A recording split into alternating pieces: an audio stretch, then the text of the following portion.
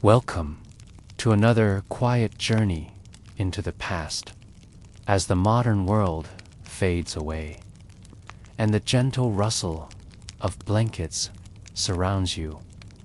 Let your mind begin to drift back through the centuries, to a time when candles were the brightest light in the night, and every morning was a fresh struggle to survive.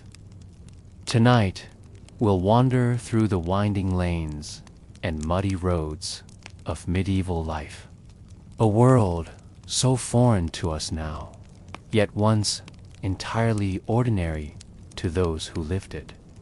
There were no phones, no antibiotics, no heating, no privacy, just the cold rhythm of work, prayer, hunger, and fleeting moments of rest.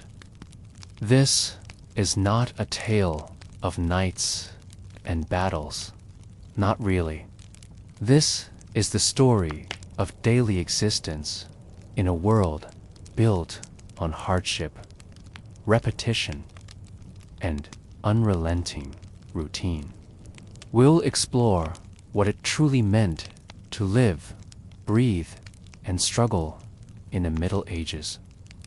First, we'll immerse ourselves in the sights, smells, and textures of daily life, following the footsteps of an ordinary peasant as they go about a long, cold day.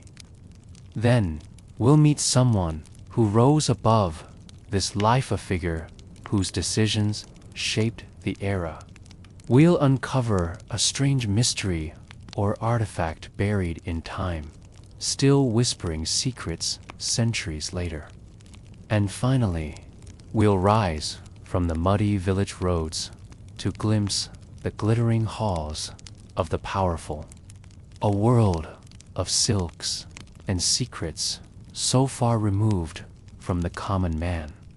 So, let the flickering images of history lull you gently. There's no need to stay fully awake. Just relax, listen, and imagine yourself. Imagine yourself waking, not to an alarm, but to the sound of roosters crowing and dogs barking. The air is cold, always cold, and your straw mattress crackles beneath you as you shift. There is no comfort, no warmth, save for the few fading coals left in the hearth. You rise before the sun. There's no choice in the matter. You share this single-room cottage with your family, perhaps your parents, your siblings, even a goat or two. Privacy is unknown, modesty a luxury. The floor is packed earth. Your feet touch it with a dull thud. A draft seeps through the crude wooden walls, and the scent of damp wood smoke and human closeness lingers thick in the air. Your clothes are rough-spun, woolachy, mended many times over. You might have one set, perhaps two. You pull them on mechanically. There is no mirror, no ceremony, just the dull rhythm of necessity. Breakfast is simple live. It can be called that. Some coarse bread, a bit of onion, maybe. A thin ale or watered-down milk. You chew slowly, methodically. There is no pleasure in the food, only fuel for the long day ahead. You work the fields, not your own, but your Lord's. You owe him labor. It is your rent, your duty, your unchanging burden. You walk to the manor lands with others from the village. Feet trudge through mud. Sometimes you talk, but mostly you don't. Everyone is tired. Always. The work is slow, repetitive. In spring, it's plowing and planting. In summer, weeding and tending. Autumn is for harvest, back-breaking hours with scythes and baskets. And winter is the cruelest. Little to do, less to eat. The hunger grows. But today, it's late summer. The sun is already warm, and the wheat sways in the wind like golden waves. You bend, gather, cut, repeat. A constant struggle. The tools are crude. Wooden shafts, iron heads, your hands blister. You wipe the sweat from your brow, but it returns almost instantly. There is no concept of the weekend. The church offers holy days, but often those two mean extra services, extra fasting, extra obligations. You sit in the shade with others. Chew more bread, perhaps a piece of salted fish if you're lucky. You might share a joke, a song, low and slow in the dialect of your village. Laughter is soft. Everything is soft. Even joy is measured, restrained by exhaustion. As the sun lowers, you return home. Your body aches. The children clamor for attention. The fire is stoked. You're married. Your spouse has tended the garden, fetched water, perhaps spun wool. The division of labor is strict. Everyone works. Even children contribute feeding animals, gathering sticks, watching younger siblings. Dinner is another stew. Barley, turnip, leeks. If meat is present, it's a rare treat. Perhaps a bit of rabbit caught in a snare. You eat slowly from a shared bowl. Wooden spoons, quiet chewing. There's no light save the hearth. No books, no diversions. Sometimes someone tells a story, a tale of saints, of miracles, of things they barely understand but hold sacred. You pray, you listen, you exist. The church bell tolls in the distance. Vespers. The rhythms of faith echo even here. Soon you crawl back to your straw mattress. Exhaustion presses you into sleep. You do not dream often, and when you do, it is rarely of escape, only of the weather, the crops, and your Lord. This is your life, one day after another, bound by duty, defined by labor, a constant struggle. And now, as we leave the flickering hearth behind and step away from the silent cottage, let us turn toward a figure who escaped this world, who lived above it, shaped it, perhaps even ruled it. Now, let us leave the muddy roads and thatched-roof cottages behind. Let us walk in our imagination into cool stone halls and candlelit chambers. Let us meet a woman whose life unfolded not in shadows and toil, but beneath vaulted ceilings and silken banners yet, whose story was no less shaped by the hardship and complexity of the age.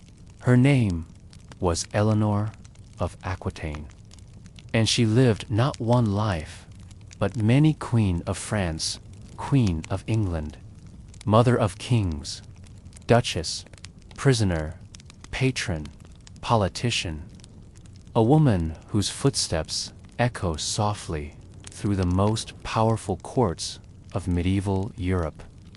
Imagine yourself in the warm, wine-rich region of Aquitaine in what is now southern France. It is the year 1122 or thereabouts, and Eleanor is born into one of the most powerful noble families in Europe. Her father is the Duke of Aquitaine, a land larger and wealthier than even the King of France's holdings. Eleanor's early life is marked not by struggle, but by culture and courtliness. She learns Latin, music, poetry. She is raised among troubadours and scholars. The court of Aquitaine is known for its refinement, for its songs of love and valor. And Eleanor absorbs all of it: the manners, the power games, the art of presence. When her father dies unexpectedly, she inherits everything. She is barely 15. It is an extraordinary inheritance. To protect her and, perhaps, to seize that power for himself, the King of France marries her to his son, Louis VII, almost immediately. Thus, Eleanor becomes Queen of France. But the court of France is nothing like the lively, sun-drenched culture of Aquitaine. Paris is colder, more rigid. The king is pious, ascetic, deeply religious. Eleanor is strong-willed, educated, politically aware, and not inclined to remain in the background. Tensions arise. When Louis embarks on the Second Crusade, Eleanor insists on accompanying him, a queen riding with the knights. A rare and controversial sight, they journey all the way to the Holy Land, thousands of miles across mountains and deserts. It is a miserable, arduous campaign, plagued by poor leadership and bitter failure. And through it all, Eleanor is there. Not always beloved, not always agreed with, but undeniably present. After years of strain, her marriage to Louis is annulled. The Church cites consanguinity, blood relation, but the deeper reason is simple: their goals, their temperaments, their visions for the world no longer aligned. But Eleanor is not diminished by this. In fact, her next step will place her even closer to the heart of European power. In 1152, Eleanor marries Henry Plantagenet, soon to become King Henry II of England. And so, Eleanor becomes queen once again, this time of a realm that stretches from Scotland to the Pyrenees, Coney. The union is powerful and volatile, tireless, driven, but also impulsive, unfaithful, and domineering. Eleanor gives him 8 children, including Richard the Lionheart and King John, both of whom would go on to rule England in very different ways. At first, Eleanor plays the role expected of a queen overseeing courtly life, managing estates, and acting as an intermediary. But she is no mere figurehead. She commands respect in her own right. And when relations with Henry Sourdew, in part to his many affairs and centralization of power, Lana makes a bold move. She supports a rebellion against her husband siding with her sons in a bid to wrest more autonomy. It fails, and Henry has her imprisoned. For 16 years, Eleanor lives in guarded confinement, not in chains, but not free. She moves between castles, under watch, her influence curtailed. But still, she waits. When Henry dies, Eleanor is finally released. Her son, Richard, becomes king, and she becomes regent in his absence. She rules in his name, manages the realm, corresponds with leaders and nobles, and arranges marriages that shape the continent. Even in her 70s, Eleanor is active. She travels, she negotiates, she influences. When Richard is captured during the Crusades, it is Eleanor, weary but determined, who arranges the massive ransom that buys his release. She outlives many of her children. She sees her legacy grow and twist. And when she dies in 1204, she is nearly 82, an astonishing age for the time. She dies in a quiet abbey, having lived through the reigns of 10 popes, 2 husbands, and 8 children, each with their own tangled destinies. Eleanor's legacy is complex. She was not universally loved. She was feared, respected, admired, a patron of the arts, a strategist, a queen twice crowned and once caged. She was not born for obscurity. She refused to accept it. Tonight, we remember her not as a footnote, but as a woman who shaped empires, raised kings, and defied the role the world tried to give her. And now, as the candles flicker low in her long-forgotten chambers, we step away once more, leaving behind the courts and corridors of power, to travel into another quiet realm of the past, where forgotten objects buried in earth and time still whisper to us in the silence. Let us now move ever more gently from palaces and pageantry to something quieter, something buried, a hidden mystery wrapped in stone and silence.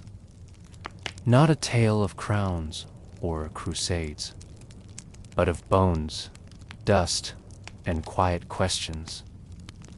This is the story of a medieval mystery unearthed, not from scrolls, but from the ground itself. It begins beneath the flagstones of a peaceful English abbey, where, for centuries, the air remained still, until archaeologists uncovered a burial unlike any other. Imagine an old monastery, long abandoned. Stone walls weathered by rain. Ivy curling into cracks. Birds nesting in what was once a holy space. It is the early 2000s, and a team of archaeologists has come to excavate the ruins of this 13th century abbey. The site is known, but not well studied.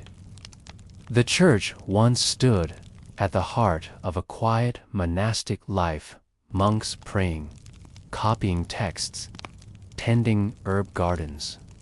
Their rhythm was steady, repetitive, sacred, but beneath that rhythm, hidden for hundreds of years, were 23 bodies laid side by side in a long, narrow chamber. Some were children, others adults, all buried together, wrapped in silence. There were no headstones, no carvings, no records. The burials were careful, deliberate, but unmarked. Who were they?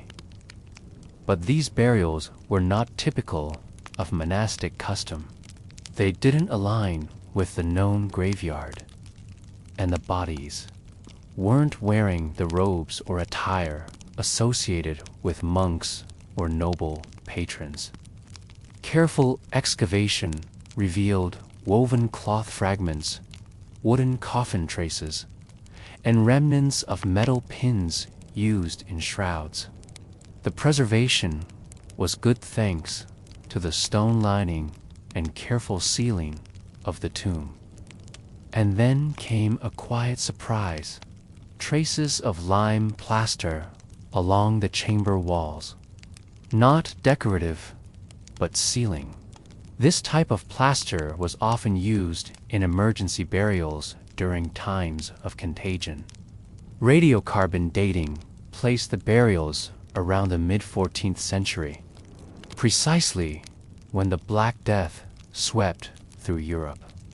Between 1347 and 1351, the plague killed millions, entire villages emptied, cities silenced. It arrived in England in 1348, carried by ship, by rat, by breath. The death toll was staggering. By some estimates, up to half the population perished. In many places, graves were dug hastily, trenches filled with bodies, covered quickly to halt the spread. But this burial was different. These people were not thrown into a pit. They were laid with care, parallel, wrapped, gently placed. Whoever buried them took time, in a moment when time was scarce. Some believe they were a single family, perhaps members of the local nobility or donors to the abbey. Others suspect they were favored parishioners, given sacred burial despite the chaos. There were no signs of violence, no trauma, only the calm arrangement of the dead. Among the bodies were several children, no older than 5 or 6. Their presence changes the tone of the tomb. This wasn't a battlefield. It wasn't a punishment. It was a tragedy. There is a solemn intimacy to imagining the scene. A monk or cleric wrapping each small form in cloth, placing them gently on the cool stone, whispering final prayers as the bells outside toll faintly through the fog. Perhaps the survivors who buried them did not survive themselves. Perhaps no one remained to mark the grave or even to remember it. So the chamber was sealed. The abbey continued its chants above and beneath. A quiet cluster of forgotten lives slept undisturbed for centuries. There are no names, no stories preserved in ink, only bone, cloth, and careful placement. But in these, there is meaning. The fact that they were not left in chaos. That someone, in a moment of fear and despair, still paused to give them dignity. It tells us something about medieval people that history books often forget. They were afraid, but they were also tender. The rhythm of their lives was interrupted by death, but the rhythm of care continued even in grief. And now we leave the chamber behind. The bodies rest once more beneath stone and silence. And the abbey walls, what remains of the Miko, only the wind. From this hush of mystery, we will now rise once more, okay? Not into peasant fields, not into abbey vaults, but into the lofty spaces where the elite lived lives entirely separate from most, where comfort masked hardship, and power came dressed in velvet. Now, imagine yourself stepping into a very different world. A world far removed from the cold cottages, the muddy fields, and the quiet graves beneath abbey stones. A place where stone towers rise into the sky, and tapestries hang heavy on walls warmed by roaring hearths. This is the world of the medieval elite. Lords, ladies, knights, and courtiers. A world of polished wood floors, silver goblets, and carefully guarded privilege. The day begins not with roosters or labor, but with the soft sound of servants bustling quietly behind thick tapestries. Imagine the filtered light slipping through stained glass windows, painting colors on cold stone floors. The lady of the castle awakes on feather-stuffed mattresses, layered with linens and silks luxuries unimaginable to peasants. Her chambers are scented faintly with herbs, lavender, rosemary, and dried roses. The air is cool, but protected from drafts by heavy drapes. A servant helps her dress a long gown of rich velvet or brocade, trimmed with fur or embroidery. The colors mark her rank: deep reds, blues, or golds. Breakfast is served in a small, ornate room. Bread is fresh, often enriched with honey or butter, alongside cheese and small portions of salted meat or fish. Wine or spiced ale is common, shared among the household. Unlike the peasant's plain, functional meal, here every bite is a statement of status. The lord of the castle rises separately, attended by his own retinue. He wears garments of fine wool or silk, with belts and clasps that gleam faintly in the light. His day is filled with managing estates, hearing disputes, planning hunts, and occasionally leading knights to battle. Council chambers echo with discussions of law and alliances. Decisions made here ripple through the lands, affecting thousands. Yet, despite power, life is not without its burdens. The elite must navigate constant political intrigue, rivalries, betrayals, shifting loyalties. Marriages are arranged for strategy, not love. Security is never guaranteed. Even castles built to withstand sieges, can feel isolating and cold. When evening falls, the castle often comes alive with feasts. Long wooden tables groan under roasted meat, fresh bread, fruits, and sweetmeats. Minstrels play soft melodies, and dancers glide lightly across flagstones. But these moments of celebration are tempered by careful etiquette. Every gesture, every word measured. Imagine yourself watching from the shadows on observer.